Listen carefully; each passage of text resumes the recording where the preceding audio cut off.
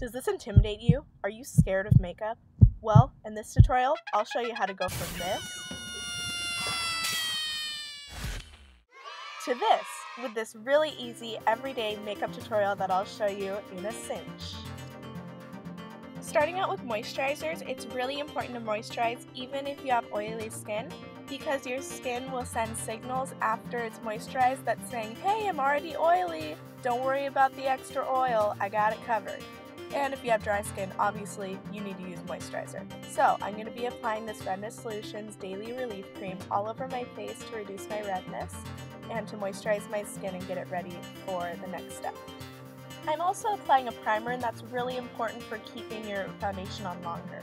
Now for foundations, you have liquid foundations, you have BB creams, tinted moisturizers, and it all depends on what kind of coverage you want. You can either have a light coverage or a more full coverage. I'm going to be using this cream and also this liquid to cover my face. I'm starting off with a more full coverage cream on the places where I need more coverage, like around my nose and on my cheeks where I have little blotches and red spots. Now real quick, let's just go over foundation brushes. You have a lot of different options for your foundation brushes. Of course, there's the traditional flat foundation brush. That won't give you a very airbrushed look. What you can get for an airbrushed look is more of like a flat top kabuki brush or a stippling brush. I personally like to use the Beauty Blender because you can fill it up with water so that it won't absorb as much of your makeup because it's already absorbed with water. And by using this pouncing motion with my Beauty Blender, I find that it really evenly distributes the makeup really easily and that you don't really have to try hard at all to blend it. Now let's talk about concealers. Concealers are not the same as foundations. I'm going to be using a really full coverage concealer on any acne blemishes that I have or any spots that I need more coverage, like around my nose. Now I'm going to be using more of like a cream concealer underneath my eyes to hide any dark circles and to also highlight. I use about a shade lighter than my skin to highlight underneath my eyes. It's just a really bright-eyed effect that I really like. Next, I'm going to be talking about powders. Now, powders are really important to keep on your makeup all day and to set that liquid that you just put on. Now, you can get either a loose powder or a pressed powder. It all depends on what kind you like personally. I personally like pressed powders just because they're a little less messy and it's just easier to travel with. Now, I'm going to be applying this pressed powder all over my face, and this is going to reduce any shine and keep my makeup on all day. And here's a really cute face. So that's just a great way to keep on your makeup all day. Now I'm going to be applying blushes and bronzers. First, I'm going to be showing you how to contour your face using a matte bronzer. Contouring really slims down your face, and to contour you just want to find the hollows of your cheeks by making a fish face and then put it right underneath your cheekbones. This will really make your cheekbones pop and make it seem like you have a slimmer face. Now you also want to put this on the sides of your forehead to really even out the whole face, and then I also put it on the sides of my nose to kind of slim down the bridge of my nose. And then I'm going to be applying a peachy blush to the apples of my cheeks and working backwards from there. You don't want to just put it on the apples of your cheeks because it won't look that natural. Oh, there's my cheeks! So, I'm going to be applying a eye primer. Eye primers are super important to keep on your eye makeup all day so that it doesn't smudge or budge. I'm going to be using an eyebrow kit and an eyebrow pencil today. Now this kit has a gel and a powder, and it's optional. I mean, you can just use a pencil, that's a little bit easier, but I really like the look of this kit. I'm going to be applying the pencil around my eyebrow, making the shape that I want to make.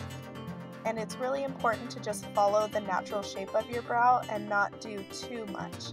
Now, here's the difference. Done, not done, done, there we go. So, I'm going to be moving on to eyeshadow. And it's really important to use neutral shades if you're not comfortable with eyeshadows. And for brushes, I'm going to be using a flat shader brush as well as a fluffy brush. The fluffy brush is very important for the crease. Okay, so we're going to be using that flat shader brush all over our lid with this light, pretty off-white shade that's going to be a little bit sparkly so that it brings our lid forward. We're going to be contouring our eyes using a matte, light brown shade in the crease. I'm also working that into my outer corner, and by using this fluffy brush, you really can't make any mistakes. Now, I'm going to be using an eyeliner. There's lots of different eyeliner options. You could use a liquid, a gel, or a pencil liner. Today I'm going to be showing you how to use this pencil liner on your upper lid. I'm going to be applying that all over my upper lash line.